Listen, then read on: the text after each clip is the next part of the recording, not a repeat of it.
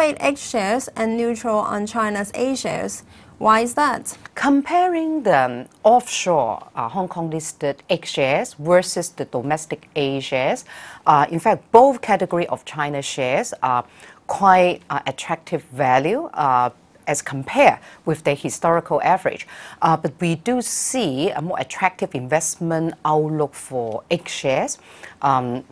Given that the domestic Asia market still face the structural issue of oversupply of new shares, given the pipeline of significant IPO, as well as the conversion of non-tradable shares into tradable shares. So the supply of new shares in the domestic Asia market will remain very substantial in the new year.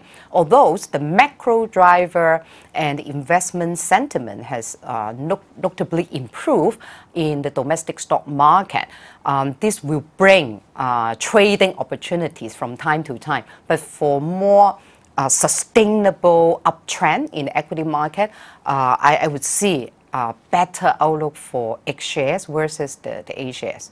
And another key points that investors should also take note is that the domestic Asia market is well known to be very policy driven. So moving ahead, I think the key data points and news flow related to the next phase of the market-oriented structural reform in China would be a driver for the Asia market, but there are still many uncertainties regarding the concrete measures for the next round of structural reforms. So the volatility of the Asia market is expected to stay higher than the X shares. What is the upcoming earnings season going to look like?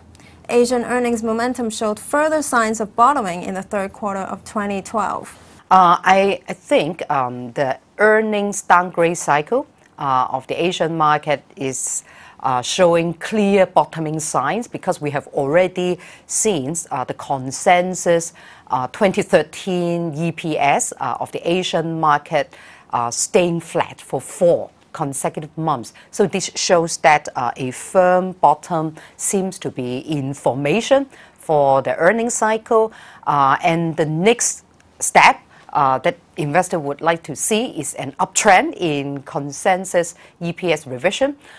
In the upcoming reporting season, I think the market have largely factored in quite a lackluster Q4 earnings growth, because the macro improvement will take time to filter through to corporate earnings. But as we can see from some latest data point, take for example, the Chinese industrial profit growth has accelerated to 22.8% in November, up from 20.5% in October.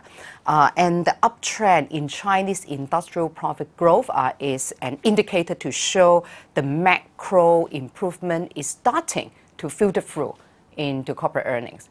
So looking ahead, the more important driver for the equity market would be the management guidance regarding operational performance.